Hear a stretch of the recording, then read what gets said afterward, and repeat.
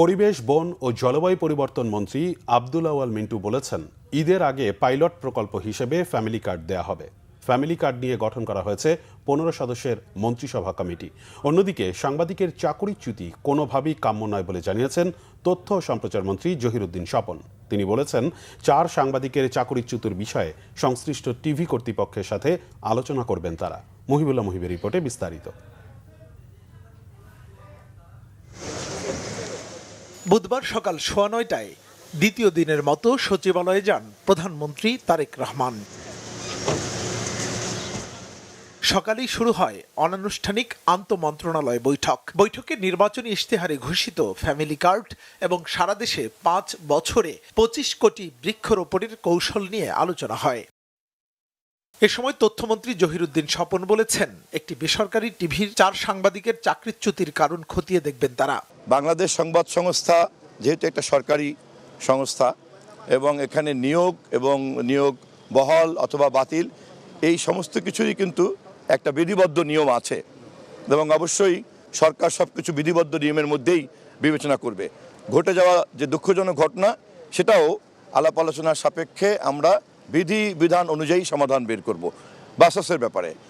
আর ব্যক্তিগত যে মিডিয়া হাউসে সমস্যা হচ্ছে সম্ভবত এখন টিভিতে, এটাও কেবল শুনেছি সংশ্লিষ্ট যারা সংক্ষুব্ধ যে কয়জন এবং এখন টিভির মালিক পক্ষ, আমি উভয়ের সঙ্গে কথা বলে বিষয়টা একটু ভালো করে বুঝে সমঝোতার মধ্যে সমাধান করা যায় কিনা উদ্যোগ নেব। যে ফ্যামিলি প্রধান যে মা, সেই মায়ের কাছে যাতে পৌঁছে যায় সেই জন্য সরাসরি এটার মধ্যে কোনো মধ্যস্বত্বভোগী থাকবে না, কোনো ধরনের রেফারাল কেউ থাকবে না, সরাসরি তাদের হাতে পৌঁছে দেওয়ার জন্য সবচেয়ে লেটেস্ট আপনার আইটি ভিত্তিকর্তা আমরা যে মাধ্যম সেটা ব্যবহার করব যাতে কোনো ধরনের পিলফারেজের কোনো সুযোগ না থাকে।